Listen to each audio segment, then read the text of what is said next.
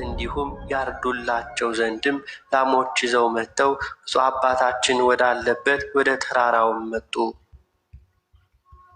ከዚህም በደረሱ ጊዜ ይሰግዱለት ጀመረ። ብፁዕ አባታችንም እነዚህ ሰዎች የሚያደርጉትን ያይ ዘንድም ተነሳና ለአጋንንት ሲሰግዱ አያቸው። እርሱ ይገድላል፣ እርሱም ያድናል፣ ያደህያል፣ ያበለጽጋል፣ ያዋርዳል፣ ያከብራል፣ ምንም የሚሳነው ሥራ የለም። ለእንደዚህ ያለው ንጉሥ እመኑበት የዘላለም ሕይወት ታገኙም ዘንድ። ይህንንም የመሰለውን ሁሉ ብፁዕ አባታችን እስኪነጋ ሲያስተምራቸው አደረ። ለዚህ ሰዎች ይህ ድል የነሳው አምላካችን አንተ ከእኛ ዘንድ ከሄድኩ እንዲሁ ይገድለናል፣ ገንዘቦቻችንም ሁሉ ሀገራችንንም ሁሉ ያጠፋብናል፣ ምን እናደርጋለን አሉት። ክቡር አባታችን ተክለ ሃይማኖት ፈጽማችሁ በእግዚአብሔር ካመናችሁ በምንም ሁሉ አያሸንፋችሁም። ይህ ጋኔን ደካማ ነውና ሲያሳምማችሁ ኖሯል። ወንዶች ሴቶች ልጆቻችሁን ሀገራችሁንም ገንዘባችሁንም ሁሉ ያጠፋባችሁ ነበር። አሬስ ሄዳችሁ ለሀገሩ ሁሉ ንገሩ፣ ታመመበት እንዲሁም በሽተኛ ሁሉ ይዞ ይምጣ፣ የፈጣሪን ኃይል ታዩ ዘንድም እርሱ ሳይጥሩ ዋጋ ሳይሰጡት ያድናቸዋልና። እነርሱም ደስ ብሏቸው ተነስተው ወደ ቤታቸው እየሮጡ ሄደው ለሀገሩ ሰዎች ሁሉ ነገሩ።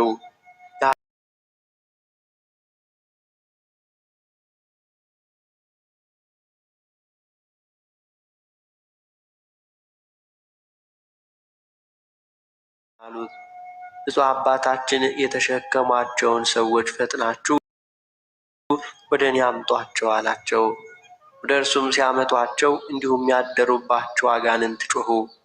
እንዲህም ወደዚህም ሀገር እንመለስ እያሉ በመማር እንዲሁ በጥቁር ባሪያ አምሳል እየወጡ ሄዱ።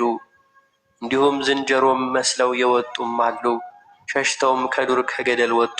እንዲሁም ድውያኑም እንዲሁም ዳኑ፣ ዕውራኑም አዩ። እዚያም ያሉ ሰዎች ሁሉ ይህንን ታምራት ባዩ ጊዜ አባታችን በረከትን እንቀበል ዘንድ እንደዚሁ ባርከን እያሉ ከተክለ ሃይማኖት እግር ስር ወደቁ።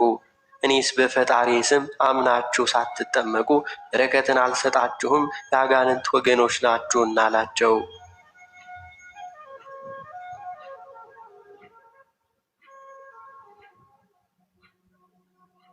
የዳኑትም የአገሩ ሰዎች አባታችን ያዘዝከንን ሁሉ እናደርጋለን አሉት።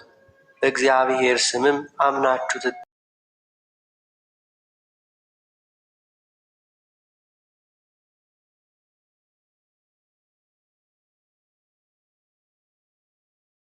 ሰሩ። በውስጧም የጌታችንን የኢየሱስ ክርስቶስን ቅዱስ ሥጋውን ክቡር ደሙን አቀበላቸው። በዚያንም ጊዜ የመላእክት አለቃ በዲያቆን አምሳል ይራዳው ነበረ። በእነርሱም ዘንድ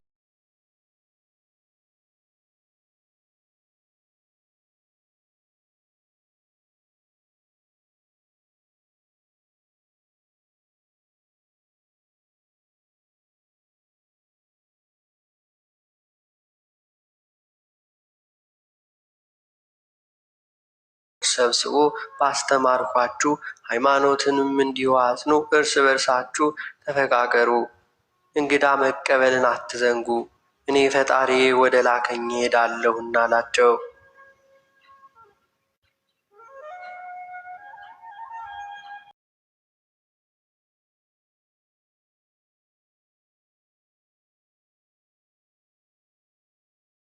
አባታችን ወደ እርሱ በገባ ጊዜ አላየውም ነበርና። አሽከሮቹ ግን ብፁዕ አባታችንን ይዘው ከወዴት መጣ? በምንም ሥራ ከዚህ ደረስ ካለው ማንም አውጥቶ ከቤተ መንግሥት አገባችሁ እያሉ ደም አፋጭተው እንደዚሁም ከአፉ እስኪወርድ ድረስ ፊቱን ጸፉት። ወፍራሙን የብረት በትር አምጥተው አጥንቱ እስኪደርቅ ድረስ እንዲሁ መቱት። ያን ጊዜ ሞተ።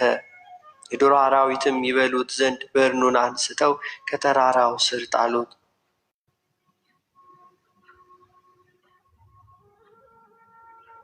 የመላእክት አለቃ ቅዱስ ሚካኤልም መጥቶ ተክለ ሃይማኖት ጉዳት የለብህም ተነስ ብሎ ጠራው።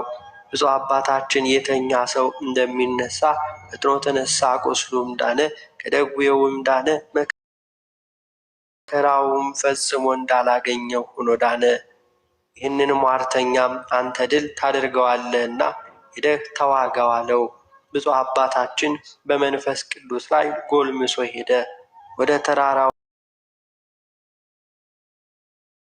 የጠንቋዮች ንጉሥ ግን ብፁዕ አባታችን ቅዱስ ተክለ ሃይማኖት ወደ እርሱ ሲገባ አየውና ፊቱ ሲመታ የዋለ እንጂ በዚያን ቀን ዳግመኛ አባታችን ተክለ ሃይማኖት ንጉሣችን ፊቱን ጸፍቶ ከዙፋኑ ጣለው። አልጋውንም አንስቶ በላዩ እንዲሁ ሰበረው። ይኸውም የጠንቋዮች ንጉሥ አሽከሮች እነሆ የትላንት ሰው ሁሉ ሊገድለኝ ለምን ዝም ትላለህ? ይህንንም እያለ ጩኸ። ባሮቹም በወዲያና በወዲህ እየሮጡ ሲገቡ ብፁዕ አባታችን ተክለ ሃይማኖት ጌታውን ሲመታም አገኙት። ፈጥነውም ይዘው የብረት አለንጋ መጥተው ብፁዕ አባታችን ተክለ ሃይማኖትን የጎኑን አጥንት እስኪታይ ድረስ ገረፉት። ዛሬስ እንግደለው፣ ቀድሞ የምንመርምረው እንዲሁ ተባባሉ። ከወዴት መጣ? ሀገርስ ወዴት ነው? ስራስ ምንድን ነው? ትላንት አልገደልንምን? ዛሬ ማን አስነሳ? ከእኛ መድኃኒት ያንተ መድኃኒት ይበልጣልንም አሉት።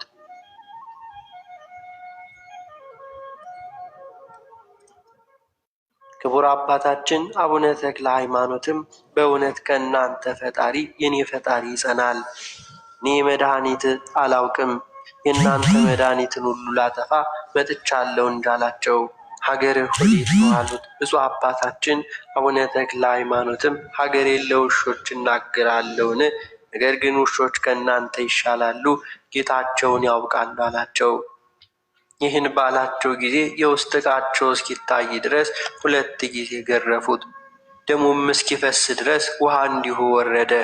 አካሉም እንደ ሥጋ ተቆረጠ፣ ለሞትም ደረሰ። አንስተውም ወደ ገደሉ ጣሉት። የመላእክት አለቃ ቅዱስ ሚካኤል ግን አስቀድሞ ፈጥኖ አነሳው። እንዲህም እያደረገ እስከ 40 ቀን ድረስ ከእነርሱ ልዩ ልዩ የሆነ መከራ እየተቀበለ ተቀመጠ። በዚህም በ40 ቀኖች እህል ውሃ እንዲሁም አልቀመሰም። ብዙ መከራም ደረሰበት። ከለዚህም ከክፉ ሰዎች የደረሰበት ረሃብ፣ ጥም እንዲሁም መመታት፣ መገረፍ ናቸው። ወደ ደህንነት ጎዳና እንዲሁም ሊመልሳቸው ቢጥርም እነርሱ ግን ከክፉ ስራቸው ሊመለሱ አልቻሉም። ከ40 ቀን በኋላ ብፁዕ አባታችን እንደ ደረቅ ድንጋይ የህሊናቸውን ጽናት የልቦናቸውን መደንደን አይቶ ወደ እግዚአብሔር ለመነ። ጌታዬ ኢየሱስ ክርስቶስ ሆይ በሀገሬ ሳለሁ የታየኸኝ አንተነ፣ አዲስ ሐዋርያ አድርጌሃለሁ፣ ወደ አዲስ አማኞች ልካለሁ ያልከኝ አንተነ። እኔ በሚሄድበት እንዲሁም በማድርበት በትእዛዝ ጸንቼ እኖራለሁ እያለ ለመነ። ዛሬም አንተን ወደማያውቁ ሕዝብ ደረስኩኝ። ብዙ ክፉ ነገር አደረሱብኝ። እኔም አንተን እያጸናኸኝ በስምህም ስለጠራው ብዙ መከራን ተቀበልኩኝ። ዛሬ ግን ብዙ ታመምኩኝ። በእውቀትም ከወጡ እንዲሁም ከእነዚህም ሰዎች ሁሉ ፈርደህ አድነኝ።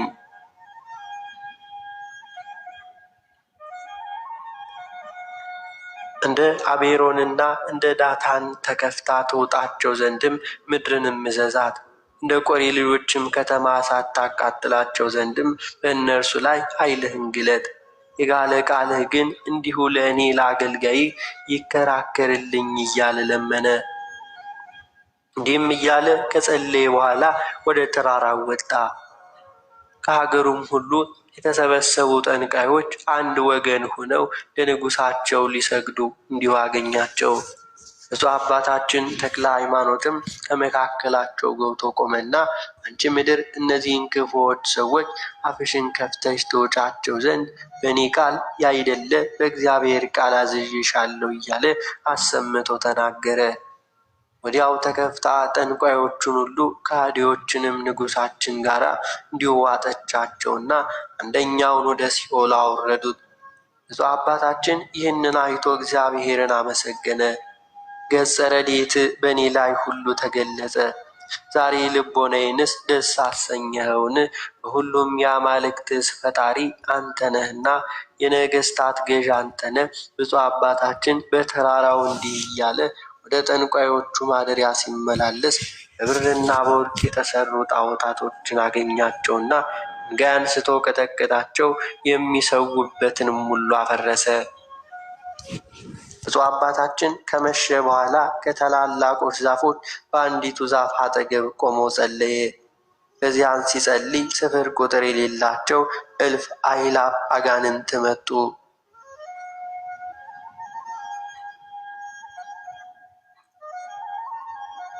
ብፁዕ አባታችን አቡነ ተክለ ሃይማኖት የሚያደርጉትን ያይ ዘንድ ዝም አለ። ሁሉን የተውንልህን የሸዋ ምድር አልበቃህምን ብለው ጮኹ። ከዚህም እንዳያመልኩብን ልትከለክለን መጣህን? እኛም ሁሉ ሳንገድልህ አንተ ሞህም ብለው ድንጋይ አንስተው ብፁዕ አባታችን ተክለ ሃይማኖትን አጥንቱ እስኪደርቅ ድረስም በድንጋይ መቱት። ሲመቱት የመላእክት አለቃ ቅዱስ ሚካኤል እንደ እሳት እየተንቦገቦገ ወርዶ በክንፉ መታቸው። እንዲሁም እንደ ምድር ትቢያም አደረጋቸው። ሁሉም አለቁ። የመላእክት አለቃ ቅዱስ ሚካኤልም ብፁዕ አባታችን ተክለ ሃይማኖትን አንስቶ ዳሰሰው፣ ከመከራውም ሁሉ አዳነው። በኋላም አጋንንት በመጡበት ጊዜ በመስቀል አለማማተብ ለምንድን ነው አለው።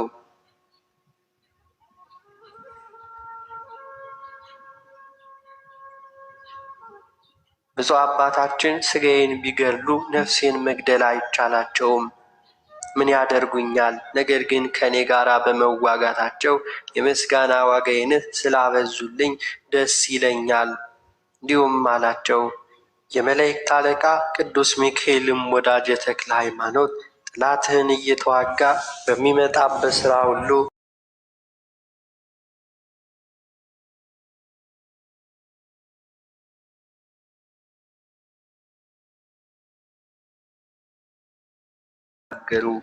ከዚህ ግዛቶችን ሁሉ ልንከለክልህ መጣን። ዛሬስ ሁሉ ልንገልህም አንተውህም አሉት። እርሱ ለማስፈራራት በድንጋይ ወገሩት። የማይቻላችሁ ስትሆኑ በከንቱ ለምን ትደክማላችሁ ብሎ በመስቀል ቢያማትብባቸው እንደ ጢስ በነው ጠፉ። በነጋውም የሀገሩ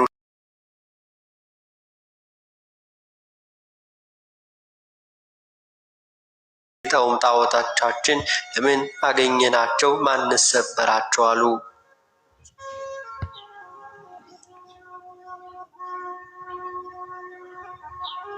የእግዚአብሔር ሰው ብፁዕ አባታችን ተክለ ሃይማኖትም በጌታዬና በአምላኬ በኢየሱስ ክርስቶስ ኃይል እኔ ሰበርኳቸው አላቸው።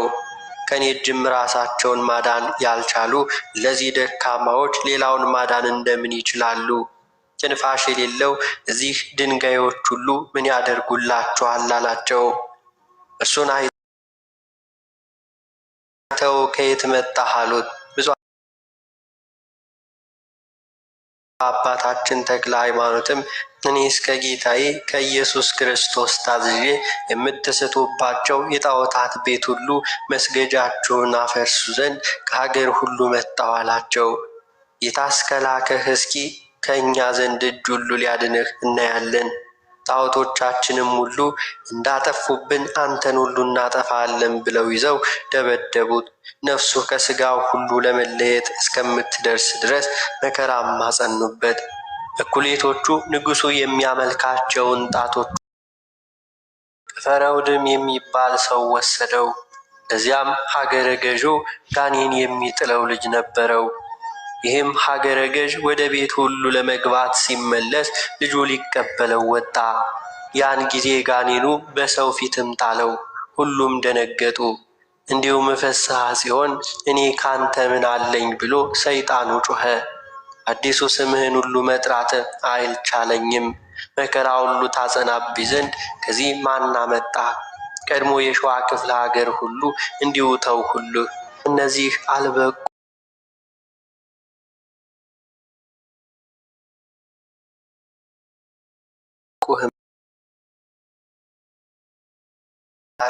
አንተ ነህን? እንዲሁም አለው። ብፁዕ አባታችን ተክለ ሃይማኖትም እኔስ እርሱ አይደለሁም፣ የማመልከው የእሱ ባሪያ ነኝ እንጂ። አባቴ አምላክ የሚባለው ማን ነው? ሕይወት የሚገኝበትን ሥራ ሁሉ ንገረኝ፣ ልጄም ሁሉ አድንልኝ ባለው ጊዜ ብፁዕ አባታችን ተክለ ሃይማኖትም ልጅህን ሁሉ ባድንልህ በእኔ አምላክ ሁሉ ታምናለህ አለው። አሁን ፈጽሜ አምናለሁ አለው። ብፁዕ አባታችን ተክለ ሃይማኖት አንተ ርኩስ ሰይጣን በጌታዬ በኢየሱስ ክርስቶስ ስም ከዚህ ብላቴና ላይ ውጣ ብሎ እጁን አንስቶ በሕፃኑ ፊት ላይ አማተበ። ወዲያው ገመድ ዝንጀሮ መስሎ ወጣ። እኔው ሁሉ ወጣለው፣ አትንካኝ፣ በእጅ ባለ እሳትም አታቃጥለኝ እያለ ጮኸ። ይህንም ያዩ ሁሉ አደነቁ። ይህም ሀገረ ገዥ ደስ ብሎት ከነ ቤተሰቡ ከሀገሩም ሰዎች ጋር በብፁዕ አባታችን ቃል በእግዚአብሔር በኢየሱስ ክርስቶስ ስም አመኑ። በዚያች ቀን አንድ አምላክ በሚሆን በአብ በወልድ በመንፈስ ቅዱስ ስም አጠመቃቸው። አገረ ገዥውም ስሙ ገብረ ዋህድ አለው። ሚስቱንም ወለተ ዋህድ አላት። ልጁንም ተክለ ዋህድ አለው።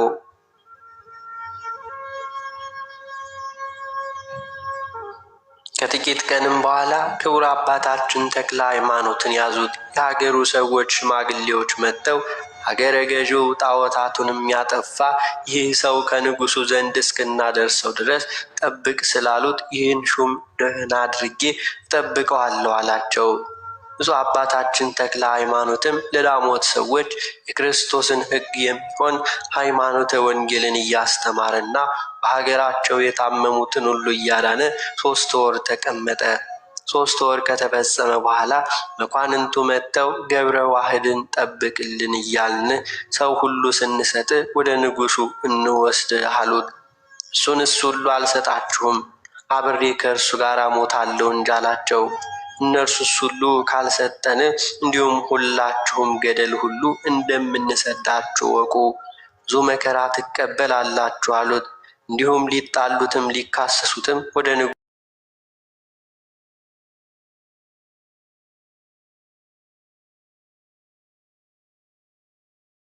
አለ እንጂ እነርሱስ ሁሉ አልሰጣችሁም ምን አለን?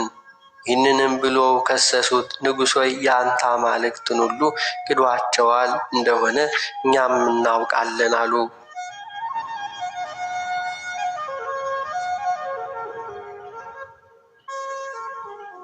ንጉሡ ሰምቶ እጅግ ተቆጣና ሁለቱን ሁሉ አስራችሁ አምጡልኝ ብሎ ኃይለኞች አሽከሮችን ላከ። መልእክተኞችም ከቀፈረዱም ቤት በደረሱ ጊዜ ብፁዕ አባታችን ተክለ ሃይማኖት ጋኔን ሲያወጣ እግዚአብሔር ጌትነቱን ቸርነቱን ለሀገሩ ሰው ሁሉ ሲያስተምር አገኙት። እንዲሁም እነርሱ ገብረ ዋህድን አስረው ወሰዷቸው። በጎዳና ሲሄዱ ገብረ ዋህድ አባታችን ተክለ ሃይማኖትን እንግዲህ አንተ የእግዚአብሔር ወዳጅ ስማኝ ልንገርህ፣ ከሸዋ እንዲሁ የተማረከች ስለ አንዲት ሴት ፍቅር ንጉሥ እንዲሁም አእምሮውን ካጣ እነሆ 25 ዘመን ነው። በጣዖታቱ ቤት ሁሉ ሊያስገባ ወዶ ብዙ ሰንጋዎች ሁሉ አረደ። ሳያገባት ለጣዖታት ሁሉ ሲሰግድላት አከበሯት። እንዲሁም አምጧት ብሎ አዘዘ። ከጣዖታቱ ፊት በቆመች ጊዜም መብረቅ ከሰማይ ድንገት መጥቶ ሁላችንም ሁሉ እያየን ነጥቆ ወደ ሰማይ አወጣት። ከድንጋጤው የተነሳ ብዙ ሰዎችም ሞቱ። ንጉሡም ከዚያን ቀን ጀምሮ እስከ ዛሬ ድረስ አእምሮውን አጥቶ ኖረ። እዚያም አእምሮ ማጣት እንዲሁም ብታድነው እንዲሁ ይተወን ይመስለኛል፣ ይህ ካልሆነ ግን እንዲሁ ይገድሉናል አለው።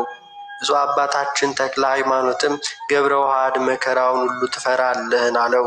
ፈጣሪያችን በንጉሡ እጅም አይሰጠንምና አትፍራ። ይህችን ያልከኝንም ሴት ነገር የእግዚአብሔር ቸርነቱ ታምራቱ ካየህ በኋላ እነግርሃለሁ። ይህንንም እየተነጋገረው ሄደ። ከንጉሡ ዘንድም ሲደርሱ መልእክተኞቹን ለንጉሡ አመጡ። እንዲሁም ነገሩት። ወደ እኔ አምጧቸው ብሎ አዘዛቸውና አመጥተው ከፊቱም ሁሉ አቆማቸው።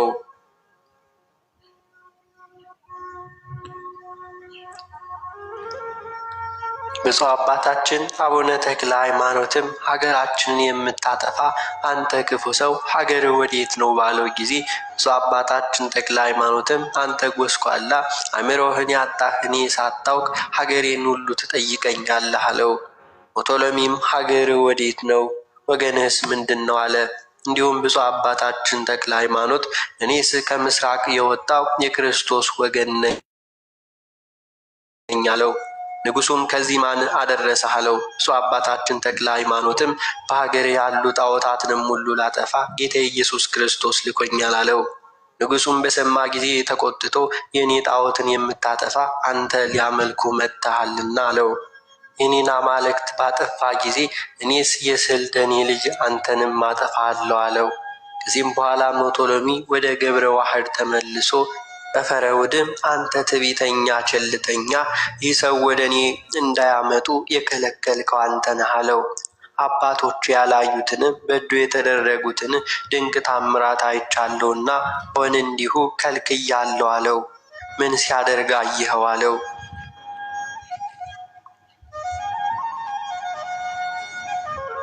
ጋኔን ሲያወጣ ድውይ ሲፈውስ ብዙ ታምራትን ሲያደርግ አየው። ስለዚህም ከልክያለሁ፣ ቢሞትም ከእርሱ ጋር እሞታለሁ፣ ቢድንም እንደ እርሱ ድናለሁ። ንጉሡ አይሁንም የወደድከውን አድርግ አለው።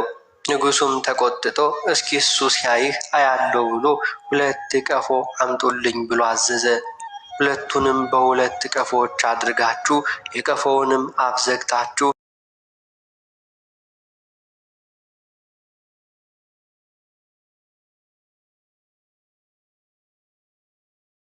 የቀፎውን አፍ ሁሉ ሳይከፍት ከነቀፎውም አውጥቶ ከሜዳ ላይ አኖራቸው። ፈጥነውም መጥተው ገደል ሁሉ የሰደዷቸው ሰዎች ሳይመለሱ ከንጉሡ ፊት ሄደው ቆሙ። ብፁዕ አባታችን ተክለ ሃይማኖትም ሞቶሎሚ አንተ በከሃዲው ገደል ሁሉ ያልጣልከን እኛ እነሆ መጣን፣ እፈራለሁ። ከገደልስ ቀፎር ማን አወጣህ አለው።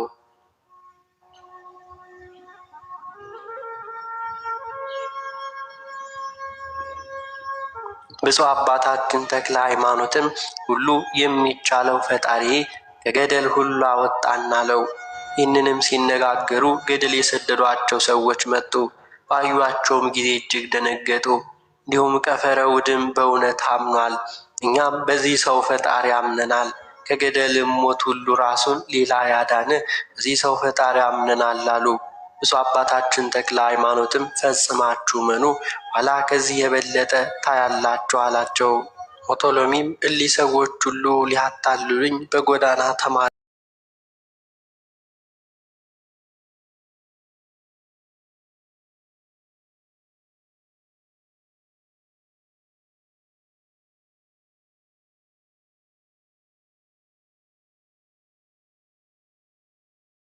ትእዛዜን ያፈረሱ ለዚህ በውስጣቸው ጨምሯቸው ብሎ አዘዘ። ያን መድኃኒተኛ ቀፈረውድምን እስከ ቀድሞው እንዲሁ በቀፈው አድርገው ወደ ገደል ጣሏቸው በማለት የታመኑ አሽከሮቹን አዘዛቸው። እነርሱም እሺ በጅ አሉ። ለዚህም በንጉሡ ዘንድ የታመኑ አሽከሮች ወጥተው 10 ቀፎዎችን ሁሉ አሸክመው ንጉሡ ትእዛዜን አፍርሱ ያላችሁን 10 ሎሌዎቹን በ10 ቀፎዎች ጨምረው ብፁዕ አባታችንና ገብረ ዋህድ በቀድሞ ቀፏቸው አድርገው ወደ ገደል ሊጥሏቸው ሲወስዷቸው የሚደረገውን ያዩ ዘንድ ብዙ የንጉሥ ሰራዊት ተከተሏቸው።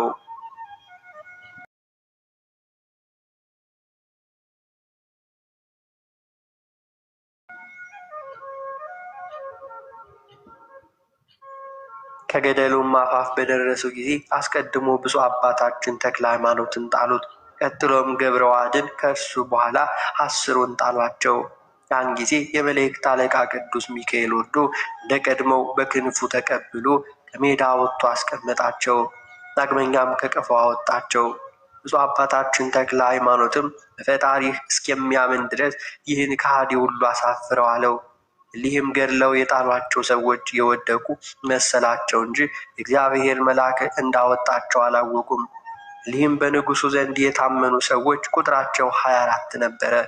ብፁዕ አባታችን ተክለ ሃይማኖትም በንጉሡ በር ፊት ለፊት ሆኖ ይህንን ታምር ያደረገለትን እግዚአብሔርን አመሰገነ። እሊህም የንጉሡ ወገን ሰውም እንደሆንክ የምንጸድቅበትን አስተምረን አሉት።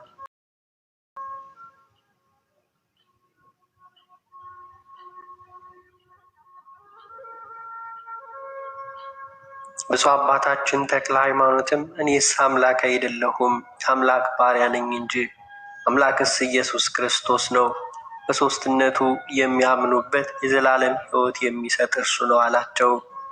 እንኪያስ እኛን የዘላለም ሕይወት ሁሉ እናገኝ ዘንድ በስሙ እናምናለን አሉ። ከዚህም በኋላ ብፁዕ አባታችን ተክለ ሃይማኖት ወገኖቹን አስከትሎ ወደ ንጉሡ ገብቶ አንተ ከሃዲ እፈር፣ በጌታዬ በኢየሱስ ክርስቶስ ኃይልም ላሳፍር መጥቻለሁና አለው። ንጉሡም ደንግጦ የሚናገረውንም አጣ። ለዚያ 24ቱ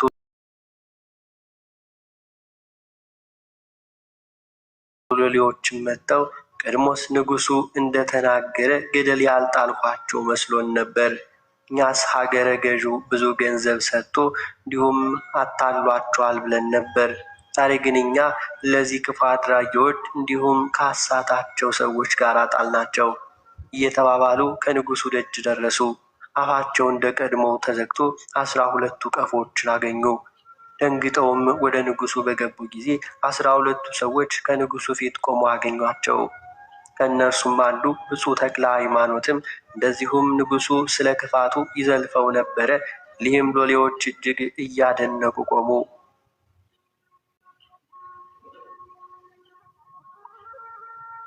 እናንተም ከእነዚህ ከሐሰተኞች ጋር አንድ ሆናችሁ እንዲሁም ገደል ለምን አልጣላችኋቸውም? አላቸው። እነዚህም የታመኑ አሽከሮች ንጉሥ ሆይ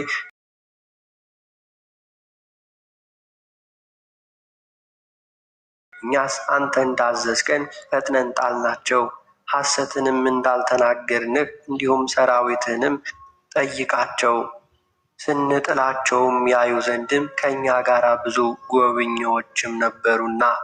ነገር ግን ዛሬ ድንቅ ነገር አየህን? እነዚህ 12ቱ ቀፎችም እንደ ቀድሞ አፋቸው ተዘጋ፣ ከደጅ ላይም አሉ፣ በውስጣቸውም ሁሉ ተጨመርን። የጣልናቸውም ሰዎች እንደዚሁ እነሆ ከፊት ቆመዋል። ንጉሥ ሆይ ለምን ትላለህ? የዚህ የእንግዳ ሰው አምላክ ሁሉ ቢያድናቸው ነው እንጂ ሌላ ማን አዳናቸው? እኛ ዛሬ ከሞት በሚያድን በዚህ ሰው አምላክ አምነናል። ርኩሳን ለሚሆኑ ለአንተ አማልክት አንሰግድም አሉት። ብፁዕ አባታችን ተክለ ሃይማኖትም ልጆች ፈጽማችሁ መኑበት፣ የሚያድነው ከሞተ ሥጋ ብቻ አይደለም ከሞተ ነፍስም ነው እንጂ አላቸው። ብፁዕ ሆይ እንዲሁ ሁላችሁም በእናንተ አምላክ አምነናል ብለው ጮኹ። ንጉሡም በብፁዕ አባታችን ተክለ ሃይማኖት ላይ ተቆጥቶ አንተ ክፉ ሰው ከሀገር አስወጥተው የሰደዱ ከለዚህ ሁሉ ትነግስ ይመስልሃልን? ብሎ ጦር በእጁ አንስቶ ብፁዕ አባታችን ተክለ ሃይማኖትን ሊወጋ ወዶ ሳለ ጦሩ ተመልሶ በእጁ ላይ ተጠመጠመና እንደ ሰም ከላዩ ላይ ተጣበቀ። የተሰበሰቡትም ሰዎች ይህንን አይተው ማዳን በሚቻለው በዚህ ሰው አምላክ አምነናል እያሉ ጮኸው ተናገሩ። ንጉሡም ጭፍሮቹን እነዚያን የተሰበሰቡትን ሁሉ ውጓቸው ብሎ አዘዘ። ጭፍሮቹም ወጥተው ከፊቱ ወግተው ገደሏቸው።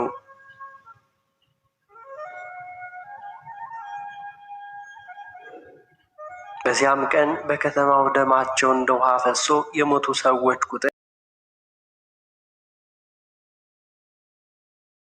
እንዲሁም ከ10 ቤትም ሁሉ አቆዩአቸው ብሎ አዘዘ። እንዳዘዘውም አደረገ።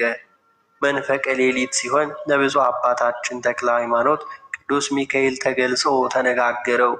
ወዳጄ ተክለ ሃይማኖት አትፍራ፣ ብዙዎችን ሰዎች እነሆ ወደ አምልኮተ እግዚአብሔር ተመልሳቸዋል። ጽና፣ በርታ፣ ድል የምታደርግበት ስልጣን ተሰጥቶሃልና። ይህንንም ብሎ እሱንም ገብረ ዋህድንም ከእስራታቸው ፈታቸው።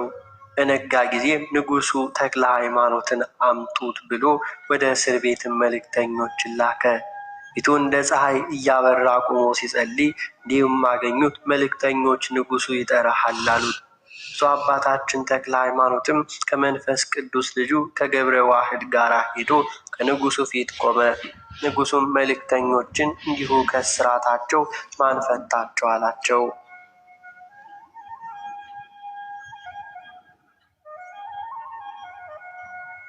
ቆሞ ሲጸልይ አገኘ ነው እንጂ የፈታቸውንም አናውቅም።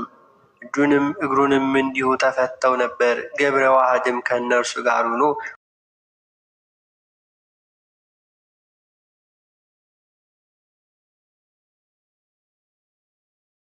አገኘ ነው እንጂ አሉት። ሞቶሎሚም ማን ፈታህ አለው። ብፁዕ አባታችን ተክለ ሃይማኖትም አእምሮህን ያጣህ አንተ ጎስቋላ፣ የፈጣሪን ኃይል እስከ መቼ ድረስ ትጠይቀኛለህ? ትላንት ከእጅ ያዳነን ማን ነው ብሎ ጥያቄውን ሁሉ በጥያቄ መለሰ።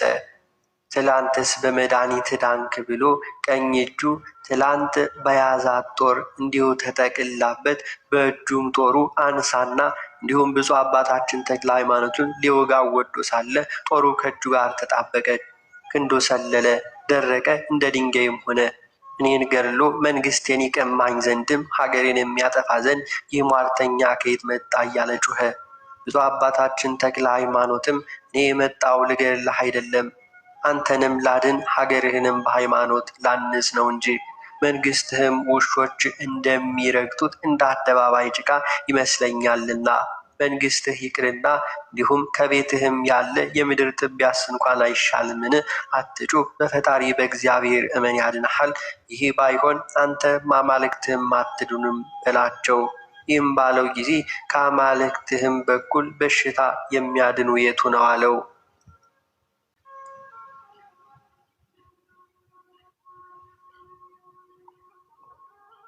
ሰይጣን ከሩቁም ቆሞ ሞቶሎሚን ይህን ሰው ብትገድለው እኔ አድንህ ነበር ብሎ ጮኸ። እርሱም ግደሉት ብሎ አዘዘ። ጭፍሮቹም ይዘው ሰውም በምን ይሞታል? ጦርም ሁሉ አይገድለውም፣ ገደልም አይቀበለውም አሉት። ንጉሱም በጭንቅ ታምሜያለሁና ፈጥኖ የሚሞትበትን በሉ አማክሩኝ አላቸው። ገመድ ከአንገቱ ሁሉ አስገብተው ከታላቅ ዛፍ ላይ አንቀው ይሰቅሉት ዘንድ ይሞታል አሉ። እርሱ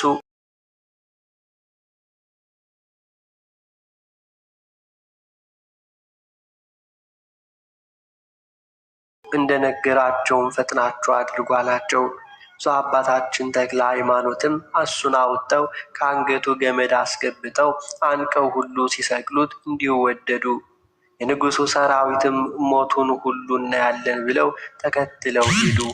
ከዛፉም ዘንድ በደረሱ ጊዜ አንድ ሰው ከዛፉ ላይ ወጥቶ በላዩ ገመድ አስሮ ብፁዕ አባታችን ተክለ ሃይማኖትን ከምድር 50 ክንድ ያክል አርቆ በዚያ ተሰቃይቶ ይሙት ብሎ ሰቀለው።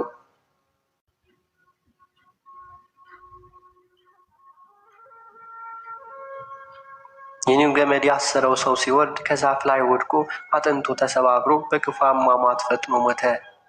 ዛፉ ግን የእግዚአብሔር ወዳጅ ከላዩ ላይ ውረድልኝ እንደሚል ራሱን ወደ ምድር አዘነበለ። ብፁዕ አባታችን ተክለ ሃይማኖቱም ወርዶ በእግሩ ቆመ። ገመዱም ማንም ሳይፈታው ከአንገቱ ወጣ። ዛፉም ተመልሶ እንደ ቀድሞ ሆነ። እንዲሁም የተሰበሰቡ ሰዎችም ይህን ታምር አይተው ጦሩንና ዛፉን የሚመዙለት በተክለ ሃይማኖት አምላክ አምነናል ብለው ጮኹ። እንዲሁም ተናገሩ። ብፁዕ አባታችን ተክለ ሃይማኖትም ፈጽማችሁ መኑ፣ ከዚህ የበለጠ ኋላ ታያላችሁ። ሁሉ በሚቻለው እንዲሁም የሚሳነው ነገር በሌለ በለዚህም ያለ አምላክ አምነናል አሉ። ብፁዕ አባታችን ተክለ ሃይማኖትም ዓይኖቻችሁን አቅንታችሁ ወደ ሰማይ ተመልከቱ፣ ከዚያም የበለጠ ታያላችሁ። ሁሉ በሚቻለው የሚሳነው ነገር በሌለ በእንደዚህ ያለ አምላክ አምነናል አሉ።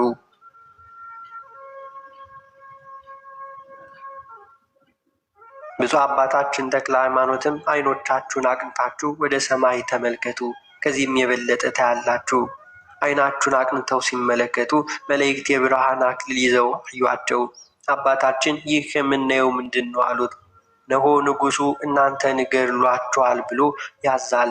መላእክትም በብርሃን አክሊል ነፍሳችሁን ለመጋረድ ይዘውት ሁሉ ይጠብቃችኋል አሏቸው። የተሰበሰቡት ሰዎች ይህን ሰምተው ፈጽመው ደስ አላቸው፣ በሃይማኖት ጸኑ። ሰራዊቶቹም ወደ ንጉሡ ሄደው ይህንን ስራ የኛ ሰው እንጨት ሁሉ አልሰጣቸውምን? እንዲሁም ሰቃዩንም ሰውም ሲወርዱ ዛፍ ጣለው፣ ተቀምጦም ሞተ። ሰራዊቱም ሁሉ በዚያ ሰው አመኑ አሉት።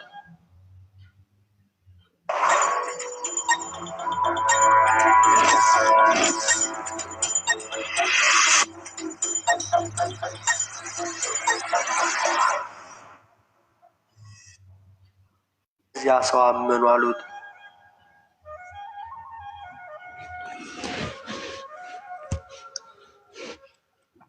ጠንቋዮችም ንጉሡ እርሱን የምንገድልበትን ነገር እስክንመክር ድረስ በዚህ ሰው አምላክ ያመነውን ሁሉ ግደሉ ብለህም እዘዝ አሉት። ንጉሡ በክርስቶስ ስም ያመነውን ወንዱንም ሴቱንም ሁሉ ግደሉ ብሎ አዘዘ።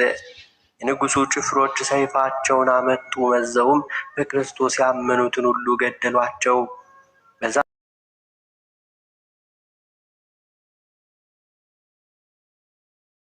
በዚያችም ቀን በሰማዕትነት የሞቱ ሰዎች ከሴትና እንዲሁም ከልጅ በቀር ቁጥራቸው 78,075 ሲሆን የሰማዕትነትን አክሊል የተቀዳጁት ሰኔ 16 ቀን ነው። የክርስቲያኖች ወገኖች የሆኑ ሁላችን የሃይማኖታቸው ጽናት ከመውደቅ ይደግፈን፣ ከኃጢአትም ሁሉ ያንጻን። ይልቁንም ለሀገራችን ለኢትዮጵያ ሰላምን፣ ፍቅርን፣ አንድነትን ሰጥቶ ለዘላለሙ ያኖራት። አሜን።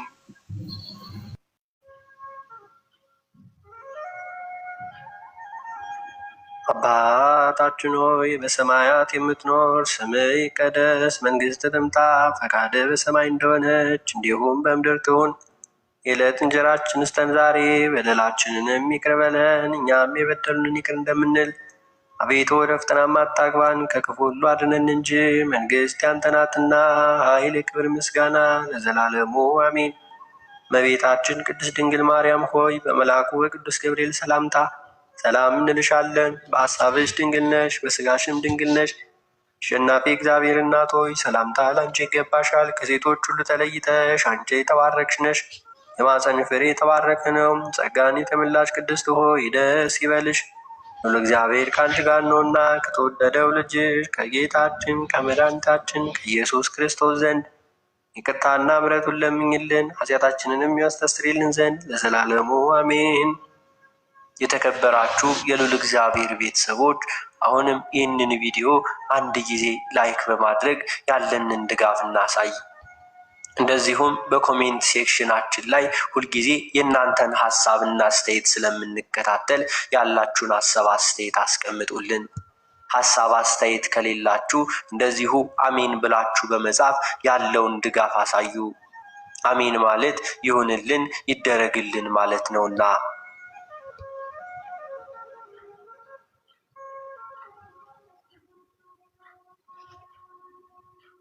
የተከበራችሁ የልዑል እግዚአብሔር ቤተሰቦች ከዚህ በመቀጠል በመጋቢት 24 ቀን የሚነበበውን ስንክሳር እናሰማለን።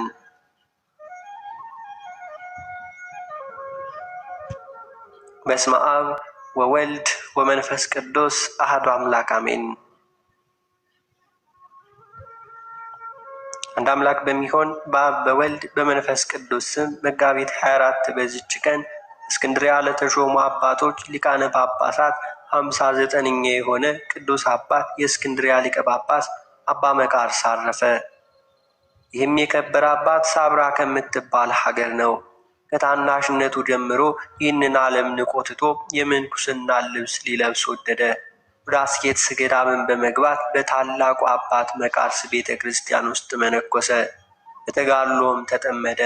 ከእርሱም በጎ ሥራውንና ትሩፋቶቹን ሁሉ ገሰጸው። ከእርሱም አስቀድሞ የነበረው ሊቀ ጳጳሳት አባ ቆዝሞስ ባረፈ ጊዜ ኤጲስቆጶሳቱ ይሾሙት ዘንድም በአንድ ምክር ተስማምተው እንዲሁም ለእስክንድርያ ሊቀ ጳጳስ አድርገው ያለ ፈቃዱ ሳይወድ በግድ ሾሙት። ወደ እስክንድርያም ይዘውት ሲሄዱ እግረ መንገዱን ከተወለደባት አገር ደረሰ። እናቱም በዚህ በሕይወት አለች። እርሷም የዚህን የኃላፊውን ዓለም ክብር የምትጠላ እግዚአብሔርን የምትፈራ እውነተኛ ሰው ናትና ወደ እርሷም እንደመጣ ስለሰማ በዚያን ጊዜ ልትቀበለው አልወጣችም። ነገር ግን እርሱ ራሷ እንዲህ ወዳለችበት ቤት ገባ። ተቀምጣም ሁሉ ትፈትል ነበረ። በሰላምታም እንዲሁ ልታገኘው ያልተነሳችው ያላወቀችው መስሎት እኔ እገሌ ልጅሽ አይደለሁም? ለምን ሰላምታ አትሰጭኝም? ወይንስ አላወቅሽኝም? አላት።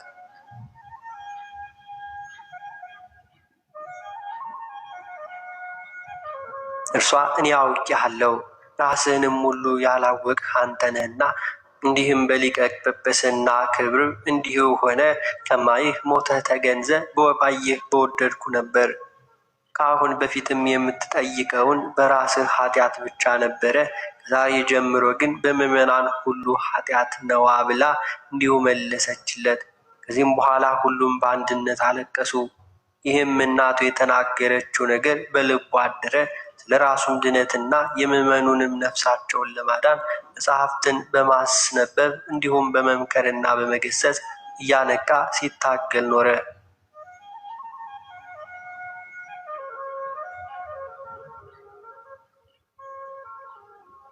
ደግሞም በእውነተኞች ካህናት ምስክርነት በቀር ካህናትንና ኤጲስቆጶሳትን ከመሾም የሚጠነቀቅና የሚጠብቅ ሆነ። ከቤተ ክርስቲያን ገንዘብ የማይገባውን ምንም አይወስድም ነበር። ኤጲስቆጶሳትንና ቀሳውስቱንም ወገኖቻቸውን ጥቅም ባላቸው በቅዱሳት መጻሕፍት ቃል በመምከር ይጠብቋቸው ዘንድም ያዛቸው ነበር። በሰላምና በጸጥታ ሆኖ በማርቆስ ወንበር ላይ 20 ዓመት ከኖረ በኋላ በሹመቱ ወራት አብያተ ክርስቲያናት ተነቃቅተው ተስተካክለው ያለመቋረጥ በጸሎትና በቅዳሴ ተሰርተው አገልግሎት ሲሰጡ ኖሩ። ከዚህም በኋላ በሰላም አረፈ። በጸሎቱ የምትገኝ በረከቱ ከእኛ ጋር ትኑር አሜን። በዚችም ዕለት ደግሞ አይሁድ በጌታችን ላይ አጽንተው መከሩ። ለእርሱ ክብር ምስጋና ይሁን ለዘላለሙ አሜን። አነሳስቶ ላስጀመረን አስጀምሮ ላስፈጸመን ለጌታችን ለአምላካችን ለመድኃኒታችን ለኢየሱስ ክርስቶስ ክብርና ምስጋና ይገባዋል፣ ዛሬም ዘወትርም ለዘላለሙ አሜን። ውድ የተከበራችሁ የማተብ ሚዲያ መርሐ ግብር ተከታታዮች ከዩቲዩብ ባገኘነው መረጃ መሰረት 52% የምትሆኑት የቻናላችን ተከታታዮች ሰብስክራይብ ሳታደርጉ ይህንን ቻናል እንደምትመለከቱ ያሳያል። ስለዚህም ሁላችሁም ይህንን ቻናል ሰብስክራይብ በማድረግ እንዲሁም ይህንን ቪዲዮ ሁልጊዜ ስትገቡ እንዲሁም ስትጨርሱ ላይክ በማድረግ ኮሜንታችሁ ላይ አሜን እያላችሁ በመጻፍ ያላችሁን ድጋፍ እንድታሳዩን እንገልጻለን። ይህንን ድጋፍ ከእናንተ የፈለግነው የእኛ መርሐ ግብር ከቀደሙት ወራት ጋር ሲነጻጸር ትንሽ የመቀዝቀዝ ጸባይ አሳይቷል። ስለዚህም አሁንም የእናንተ ድጋፍ ስለሚያስፈልገን ይህን ስራችን የለፋንበትን በከንቱ እንዳይቀር ለብዙ ሕዝበ ክርስቲያን እንዲዳረስ ይሆንልናልና አሁንም የተለመደውን ድጋፋችሁን አድርጉልን። ወስብሐት ለእግዚአብሔር ወለወላዲቱ ድንግል ወለመስቀሉ ክቡር